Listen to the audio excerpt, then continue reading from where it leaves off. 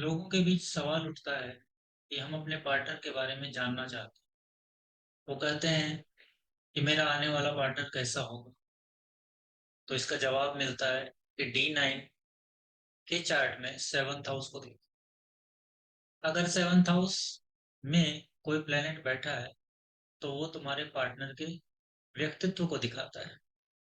अगर सूर्य बैठा है तो इसका मतलब है कि कोई ऐसा व्यक्ति जिसमें ईगो है, जिसमें अपनी सेल्फ रिस्पेक्ट है, जो सूर्य की तरह है, जो सरकारी नौकरी से जुड़ा हुआ है, इस प्रकार का व्यक्ति, या फिर डिक्टेटर, इस प्रकार का व्यक्ति आपका पार्टनर बन जाएगा।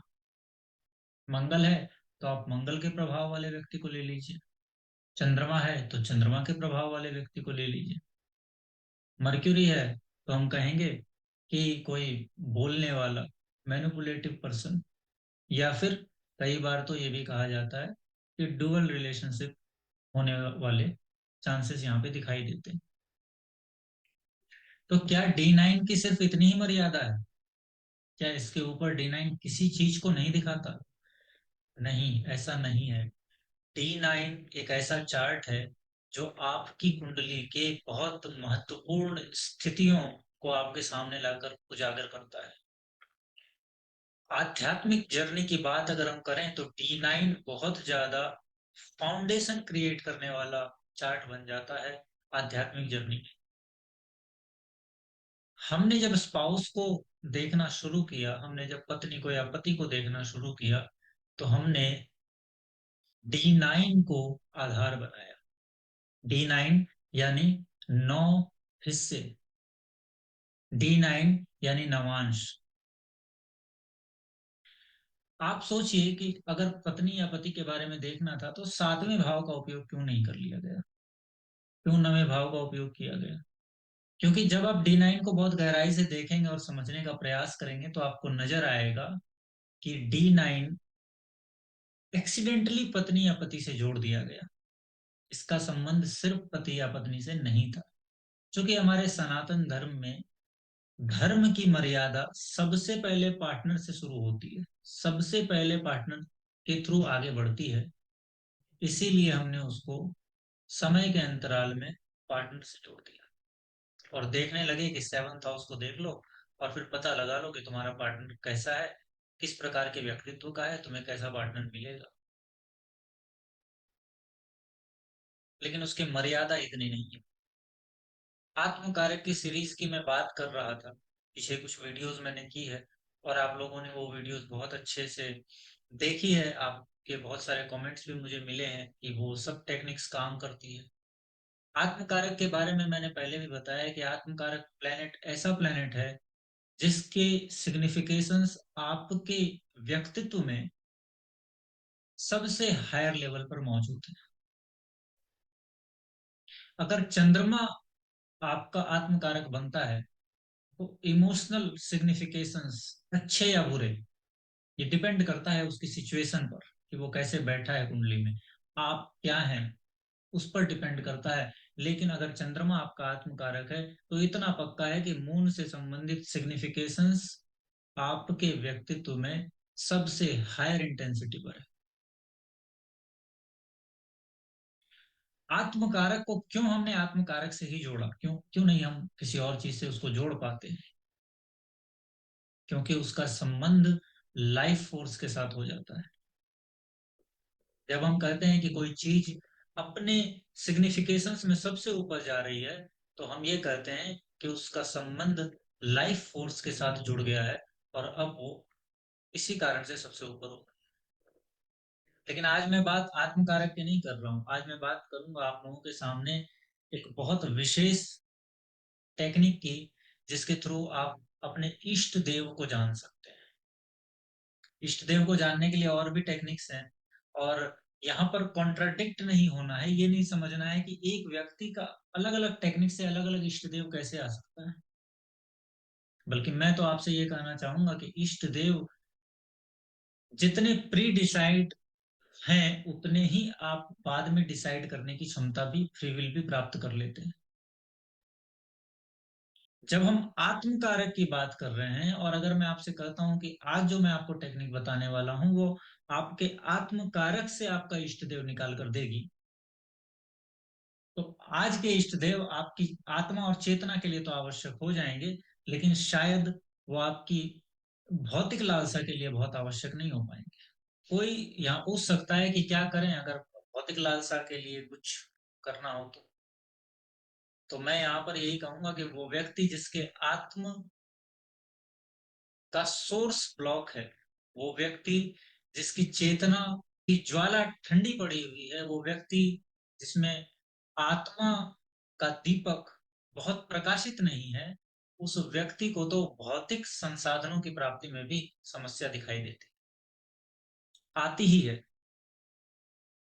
और इसीलिए आप देखिए कि पूरे इन्वायरमेंट में जो लोग हमारे सामने आध्यात्मिक व्यक्ति के रूप में मौजूद हुए हैं, उनके सामने असल में भौतिक संसाधनों की कोई समस्या हुई नहीं है। तो मैं ये नहीं कहता कि वो भौतिक संसाधनों के अभाव में नहीं जिए। मैं ये कहता हूँ कि भौतिक संसाधन के ऊपर उठा हुआ व्यक्ति भौतिक संसाधन की प्राप्ति के लिए बहुत ज्यादा प्रयास न करे तो भी प्राप्त हो जाती है वो सब चीजें उसे। और अगर वो व्यक्ति ऊपर उठा हुआ नहीं है तो फिर उसको प्राप्त होने में वो दिक्कत आती है। संसाधनों की बात हम बाद में किसी और वीडियो में करेंगे कि किस प्रकार से बाकी संसाधनों से चीजों को कनेक्ट किया जा सकता है, लेकिन अभी जो मैं बात करने वाला हूँ आपके आत्म कारक से संबंधित आपके इष्ट देव की। आज जो हम इष्ट देव की बात करेंगे वो सीधे सीधे आपकी चेतना पर, आपकी आत्मा पर, आपकी सोल की जर्नी पर काम करेगा। और किसी विशेष चीज पर आप अगर इसकी लालसा रखते हैं कि धन आएगा या बाकी कुछ चीजें आएंगी, वो थोड़ा मुश्किल है। मैंने आपको पहले भी बताया था कि आत्म कारक D9 कुंडली में आपका जो आत्म कारक है, कुंडली का आत्म कारक, वो आपके नवांश कुंडली में जिस भी स्थान पर जिस भी प्लैनेट्स के साथ बैठा है, जिन भी प्लैनेट्स के साथ अलाइनमेंट में आ रहा है, वो सब के सब प्लैनेट उस आत्म कारक के लिए बहुत आवश्यक हो जाते हैं। और आत्म कारक बहुत सारी चीजों में उपयोग किया जा सकता है, लेकिन आज हम इसका उपयोग करेंगे मोक्ष की प्राप्ति के लिए सुलभ रास्ता तैयार करने वाले इष्ट देव के लिए। तो आप अपने D9 को देखिए और आत्म कारक वहां कहाँ पड़ा है उसको देखिए, और उस कुंडली में को रोटेट करके आत्म कारक को नवांश कुंडली के लग्न में ले आए। अब अगर आपका आत्म कारक शुक्र बनता है और वो नवांश कुंडली के 5वें भाव में बैठा है, तो आपको बस 5वें भाव को लग्न मानकर चलना हो। अब जब आप आत्म कारक को लग्न मानकर चलेंगे तो उस आत्म कारक के धर्म के लिए इस कुंडली को आप कहेंगे ये कारकांश कुंडली बन गई। अब वीनस आ गया फर्स्ट हाउस में रोटेट करने के बाद। अब यहां से 9th हाउस को खोजिए, ये आपको धर्म की यात्रा का पहला पड़ाव दिखाता है, क्योंकि वहां भी 159 धर्म त्रिकोण आएंगे। तो फर्स्ट में आपका आत्म कारक होगा और वहां से 9th हाउस में धर्म का हाउस बनेगा। लेकिन अगर आप इस पूरी यात्रा को जानने का प्रयास करें तो हमें पहुंचना है 12th हाउस में। 12th हाउस जो चेतना की मुक्ति का भाव है, 12th हाउस जो आपकी मुक्ति, आपके मोक्ष के द्वार की तरफ आपको ले जाता है। मैं हमेशा कहता हूं कि 12वां भाव आप मोक्ष का कहते हैं, मोक्ष का भाव नहीं है वो। मेरी नजर में वो मोक्ष का द्वार है, वो भाव मोक्ष का द्वार। क्योंकि हमने अभी जो समय बीत रहा है ना हमारे साथ, हमने बहुत बड़ी बड़ी चीजों को बहुत छोटे दायरे में सिमट के देखना हमने शुरू कर दिया है, बहुत छोटे दायरे में कर दिया है हमने। ज्योतिष में सबसे बड़ी गड़बड़ी आ गई है कि हम सब कुछ देखना चाहते हैं सिर्फ और सिर्फ कॉम्बिनेशंस। कॉम्बिनेशंस तो बच्चों की व्यवस्था है। एक मैच्योर एस्ट्रोलॉजर कॉम्बिनेशंस की तरफ नहीं भागता। लेकिन चूंकि बहुत मनोरंजन है कॉम्बिनेशंस में, बहुत शॉर्टकट व्यवस्था मिल जाती है, तो हम उसी की तरफ भागते हैं, क्योंकि मृग मरीचिका की तरफ कौन नहीं भागना चाहता। मरुस्थल में पानी मिले ना मिले, पानी होने का एहसास ही आधी प्यास खत्म कर देती है। एक उम्मीद जो है ना, वो व्यक्ति के प्यासे मन को सांत्वना देने के लिए काफी हो जाती है। इसीलिए हम कॉम्बिनेशंस की तरफ भागने लगते हैं। मैं तो हमेशा अपने सारे जो स्टूडेंट्स होते हैं उनको भी यही कहता हूँ, कॉम्बिनेशंस से ऊपर उठिए, एनर्जी को समझिए। आपकी यात्रा इतनी छोटी नहीं है कि आप कॉम्बिनेशन में उलझ कर रह जाएं। ईश्वर ने आपको खेलने के लिए बनाया है, ऊर्जा से खेलने के लिए, और आप ऊर्जा की टेक्निकलिटी में फंसे हुए हैं कि दो और दो जोड़ेंगे तो चार हो जाएगा। तो आइए चलते हैं 12वें भाव पर। आपने कारकांश कुंडली बनाई, 12वें भाव तक पहुंचे, और 12वां भाव हमारे आज के टॉपिक का बहुत आवश्यक भाव है, क्योंकि 12वां भाव मोक्ष का भाव है। जब आप 12वें भाव से इष्ट देव को ढूंढने का प्रयास करेंगे, तो ये इष्ट देव जो आज आपको मिलेंगे इस टेक्निक से, उनका जब आप मंत्र का जप करते हैं, जब आप उनको फॉलो करते हैं, तो सीधे सीधे आपकी चेतना पर जो प्रभाव पड़ने वाला है, वो प्रभाव पड़ेगा वैराग्य का, मोक्ष का, सांत्वना का, शालीनता का, और स्ट्रेंथ का। अलगाव अपने आप में बहुत बड़ी स्ट्रेंथ होती है। मैं ये नहीं कहता अलगाव का मतलब, मैं ये नहीं कर रहा सेपरेट, मैं सेपरेशन की बात नहीं कर रहा, मैं स्पेस की बात कर रहा हूँ। इसीलिए 12th हाउस का उपयोग करके जब हम इष्ट देव को खोजेंगे, और उस इष्ट देव का अगर आप प्रयोग करेंगे, थोड़े दिन आप जप करेंगे, आप जप करके देखिए, फिर मुझे आप कमेंट में या फिर आप ईमेल करके मुझे बताइएगा आपका अनुभव कैसा रहा। और इन इष्ट देव में जो चुनाव करने के लिए निर्देशित बातें हैं, वो ये कही गई है कि आप फीमेल डेटी के रूप में 10 महाविद्या का उपयोग कीजिए, और मेल डेटी के रूप में दशावतार का उपयोग कीजिए। तो इसके जो सूत्र हैं, जो इसकी टेक्निकलिटी के जो स्टेप्स हैं, उसकी अब मैं बात कर लेता हूं आपसे। और सबसे पहले आपको ट्वेल्थ हाउस को देखना है, कारकांश कुंडली से ट्वेल्थ हाउस। ट्वेल्थ हाउस में जो राशि पड़ी है का लॉर्ड पहले पकड़ना है। अगर वहां कोई प्लेनेट है तो आप प्लेनेट भी पकड़ सकते हैं, पहले तो लॉर्ड को पकड़ना है आपको। जो भी लॉर्ड है उसको आपको आइडेंटिफाई कर लेना है। आइडेंटिफाई करने के बाद आपको देखना है कि उस भाव में क्या कोई प्लेनेट है। अगर कोई प्लेनेट है तो इसका मतलब है कि लॉर्ड से पहले प्लेनेट का चुनाव हो। अगर प्लेनेट एक से ज्यादा है, तो ये देखना पड़ेगा कि कौन सा प्लेनेट पीड़ित नहीं है, यानी कि ज्यादा स्ट्रांग है, D9 में, कहीं और नहीं जाना। D9 में ही आपको देखना है कि कौन सा प्लेनेट ज्यादा स्ट्रांग है। जो ज्यादा स्ट्रांग है उसका उपयोग हम करेंगे। वो हमारे 12th हाउस को स्ट्रेंथ देगा। आत्मा की जो जर्नी है, जो सर्किल है, मैंने कहा ना फर्स्ट हाउस में हमने लाया आत्म कारक को, और कुंडली की पूरी जर्नी का सर्किल फर्स्ट हाउस से 12th हाउस की तरफ है। तो जब आप फर्स्ट हाउस से 12th हाउस की तरफ जाते हैं और 12th हाउस में डोर बंद मिल जाए, आप क्या करेंगे? जब आप फर्स्ट हाउस से 12th हाउस की तरफ जाते हैं और 12th हाउस आपको पुल नहीं करे, खींचे नहीं, तो आप क्या करेंगे? तो जो हम आज एनर्जी की बात कर रहे हैं, वो ऐसी एनर्जी है जो आपको अपनी तरफ खींचेगी। 12th हाउस की एनर्जी आपको अपनी तरफ खींचेगी। ये सबको नहीं करना है। ये जो उपयोग आज जो प्रयोग बता रहा हूँ, आज जो इष्ट देव हम बात करेंगे, ये सबको नहीं करना है, लेकिन वो जिनको अपनी चेतना में बदलाव चाहिए, जिनको स्पिरिचुअल इंक्लिनेशन के तरफ थोड़ा सा अग्रसर होना है, वो इसकी तरफ आगे बढ़ सकते हैं। तो प्लेनेट को देखना है, साइन को देखना है, और साइन हमारे डेटी का स्वभाव क्रिएट करेगा, बताएगा कि डेटी का स्वभाव क्या है। अगर डेटी का स्वभाव फीमेल का हुआ तो फीमेल दश विद्या में से, और अगर मेल का हुआ तो दशावतार में से एक हम चुनाव कर लेंगे। और प्लैनेट्स हमें बताएंगे कि क्रूवेल है हमारी डेटी या फिर सॉफ्ट। आज का जो कॉन्सेप्ट है वो थोड़ा एडवांस है। मैं आपको चार्ट शो नहीं करूंगा, बता रहा हूँ, ध्यान से सुनिएगा। हो सकता है कि आपको वीडियो 2-3 बार देखनी पड़े। आप देखिए और इसको प्रयोग में लाइए। ये सुनकर जान लेने वाली चीज नहीं है। और ये टेक्निक मैं आपके सामने इसलिए रख रहा हूँ क्योंकि आज अचानक से मैंने ये टेक्निक अपने डिविजनल चार्ट वाले कोर्स में ली है। आज अचानक से इच्छा हुई कि आपको इष्ट देव का एक ये फैक्टर भी बताने का प्रयास करूं। एक ये तरीका भी इष्ट देव का है ये बताने का प्रयास करता हूँ। तो मैं आज आपको जो बता रहा हूँ उसमें मैं आपको ये भी बताना चाहता हूँ कि इष्ट देव के चुनाव की जो संभावना है, संभावना का बीज सबसे पहले आप में। आप जिसे भी इष्ट देव मान लेंगे, मान सकते हैं, लेकिन जिसे भी मान लेंगे उसकी प्रॉपर्टी आपकी प्रॉपर्टी को चेंज करने लगेगी, आपकी चेतना की प्रॉपर्टी को चेंज करने लगेगी। और जब वो चेंज कर देगी तो आप में एक बदलाव, बहुत धीमे से ये बदलाव होता है, बहुत धीमे से, इसमें थोड़ा समय लग सकता है, लेकिन ये बदलाव बड़ी गहराई में होता है, बड़ी जमीनी स्तर पे होता है, बड़ी जड़ में हो जाता है ये बदलाव, और व्यक्तित्व में एक ट्रांसफॉर्मेशन क्रिएट होता है, धीरे धीरे द्वार खुलने लगते हैं।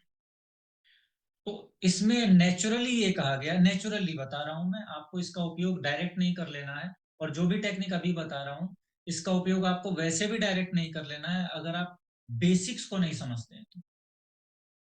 ठीक है। तो अगर ऑड साइन है तो मेल डेटी, और मतलब ऑड साइन का मतलब 1 3 5 ये साइन है तो मेल डेटी, और अगर इवन साइन है तो फीमेल डेटी। मेलेफिक प्लेनेट है तो जो डेटी की ऊर्जा है वो उग्र हो जाएगी, एग्रेसिव हो जाएगी। अब मैं आपके सामने एक एक करके नाम लेता हूं प्लैनेट्स के, और प्लैनेट्स के साथ जो देवता जुड़े हैं उनके। भगवान विष्णु के रूप में अगर सूर्य हैं तो आप भगवान विष्णु को अपना डेटी मानकर आगे बढ़ सकते हैं। सूर्य मौजूदा स्थिति में वहां 12वें भाव में अगर मिलता है सिर्फ सूर्य, तो भगवान विष्णु को। सिर्फ सूर्य ही नहीं, सूर्य की स्ट्रेंथ होनी चाहिए, जो स्ट्रेंथ में है उसी को आगे बढ़ाना है, तभी वो आत्म कारक की ऊर्जा को पुल दे पाएगा, खींचेगा अपनी तरफ, है ना। तो आत्म कारक के सहयोग के रूप में, सहयोगी के रूप में यहाँ हम 12वें भाव का उपयोग करेंगे। चंद्रमा अगर होगा और मेल डेटी की बात है तो शिव का उपयोग आप कर सकते हैं, शिव जी को आप पूज सकते हैं डेटी के रूप में, मंगल हनुमान जी और कार्तिकेय। बृहस्पति और शुक्र अगर होते हैं तो ऐसी स्थिति में आप, दोनों स्थिति में बृहस्पति और बुध की स्थिति में आप भगवान विष्णु को ले सकते हैं, ये दोनों के लिए काम करेंगे। लेकिन भगवान विष्णु के अलावा आप भगवान दत्तात्रेय का उपयोग कर सकते हैं, ये जुपिटर के लिए हो। शनि की बात करें तो शनि अगर हैं तो वहां भी आप भगवान शिव का उपयोग कर सकते हैं, भगवान शिव का के को आप इष्ट देव मान सकते हैं, हनुमान जी को मान सकते हैं। शुक्र अगर हैं तो महालक्ष्मी, माता लक्ष्मी और पार्वती। अब आप सोचेंगे कि मेल डेटी बताते बताते मैं शुक्र में फीमेल डेटी का नाम कैसे ले रहा हूँ। शुक्र जो है ना वो अपने आप में ही फीमेल है, पूरी तरीके से फीमेल है, तो वहां पर फीमेल डेटी का उपयोग करना बहुत अच्छा होता है। और वो शुक्र ज्यादा सॉफ्ट है ना, तो आपके लिए फीमेल डेटी का उपयोग वहां पर ज्यादा अच्छा होगा। वैसे एक और बात मैं आप लोगों के सामने क्लियर कर देना चाहता हूँ कि आप सोचिए कि इतने सारे लोग हैं इस संसार में, सब इसी 10 प्रकार के देवी देवताओं को लेकर इष्ट देवता को मानकर आगे कैसे बढ़ सकते हैं, सवाल तो ये भी है ना। असली सच्चाई तो ये है कि बात व्यक्ति व्यक्ति पे डिफर कर जाती है। हर व्यक्ति की चेतना के लेवल से ही डिसाइड किया जा सकता है कि उसके लिए कौन सही रहेगा। कुंडली तो बस एक टूल है उस स्थान पर पहुंचने के लिए। राहु अगर हो तो आप भैरव जी का प्रयोग कर सकते हैं, केतु अगर हो तो भगवान गणेश।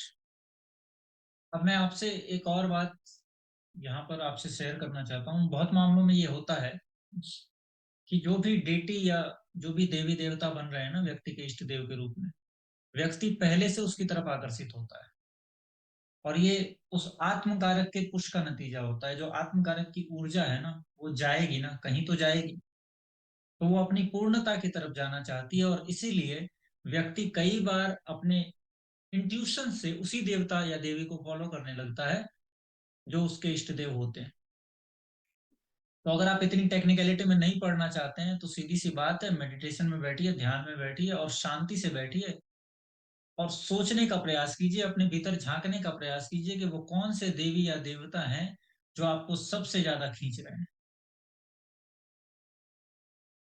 विदाउट कारण, स्वार्थ नहीं। ऐसा नहीं कि पैसा चाहिए तो लक्ष्मी जी खींच रही है, शक्ति चाहिए तो हनुमान जी खींच रहे हैं, नहीं, बस खींच रहे हैं।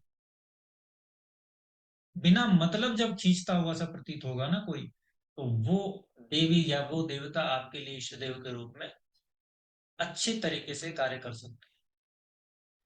अब फीमेल डेटी की मैं बात कर रहा था।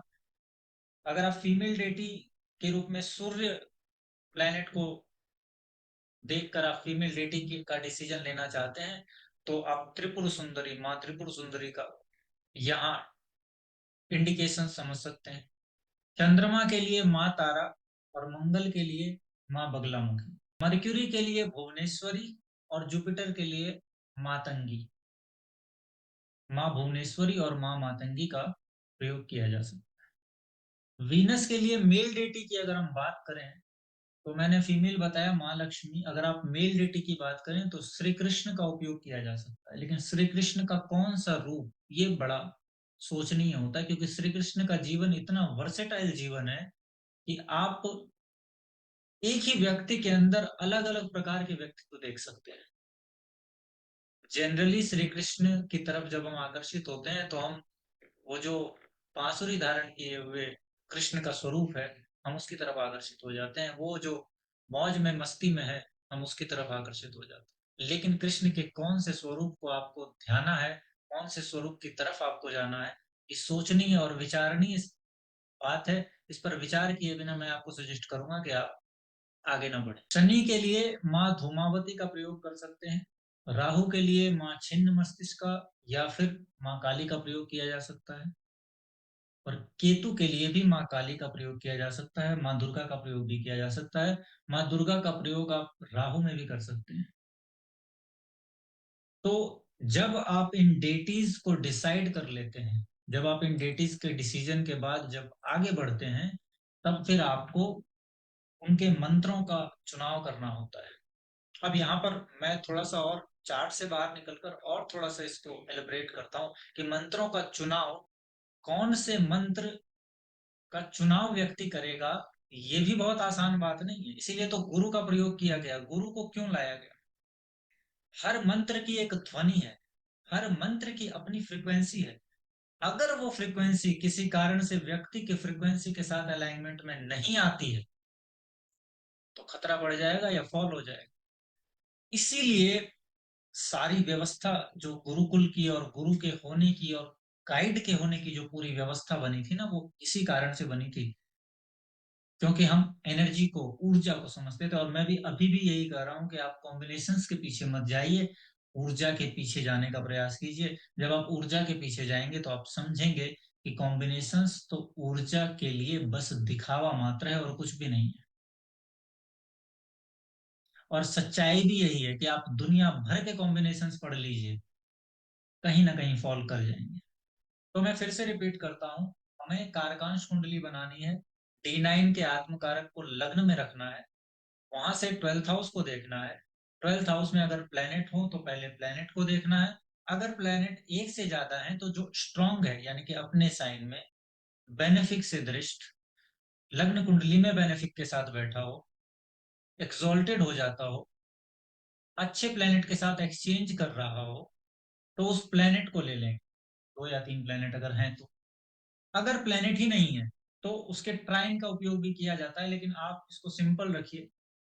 फिलहाल के लिए आप ट्राइन का उपयोग मत कीजिए, क्योंकि आप उससे फिर उलझ जाएंगे, क्योंकि उसमें और भी टेक्निकलिटी ऐड करनी पड़ेगी। तो वहां पर आप लॉर्ड को ले लीजिए। अगर 12 नंबर का साइन 12th हाउस में आ रहा है, तो जुपिटर लॉर्ड के रूप में आप स्वीकार कीजिए। और मैं तो आपसे कहता हूं कि कुंडली को आधार बनाकर जांचने का प्रयास कीजिए कि आपका इंक्लिनेशन, आपका आकर्षण मेल डेटी की तरफ है या फीमेल डेटी की तरफ। और इष्ट देव के चुनाव में बहुत माथा पच्ची वाला मामला नहीं है। मामला तो बस इतना ही है कि आप जिस रास्ते को पकड़ लेंगे, वो रास्ता जहां जाता होगा उधर गति कर जाएंगे आप। इतना ही है और कुछ भी नहीं। और अगर आप चार रास्तों को पकड़ लेते हैं तो गति कहीं भी नहीं हो सकती, क्योंकि आप बट जाएंगे, ऊर्जा बट जाएगी। इसीलिए इसको इष्ट देव का नाम दिया गया कि वहां, उस स्थान पर, उस रास्ते पर, उस मार्ग पर आपकी पूरी ऊर्जा अपनी पूरी ताकत के साथ गति करे और गंतव्य तक पहुंचे। तो इस छोटे से टेक्निक का इस्तेमाल कीजिए और ढूंढने का प्रयास कीजिए अपने इष्ट देव को। और मुझे बताने का प्रयास कीजिए कमेंट बॉक्स में कि आपने अपने लिए कौन सा इष्ट देव चुना, या कौन सा इष्ट देव आपके लिए निकल करके आया।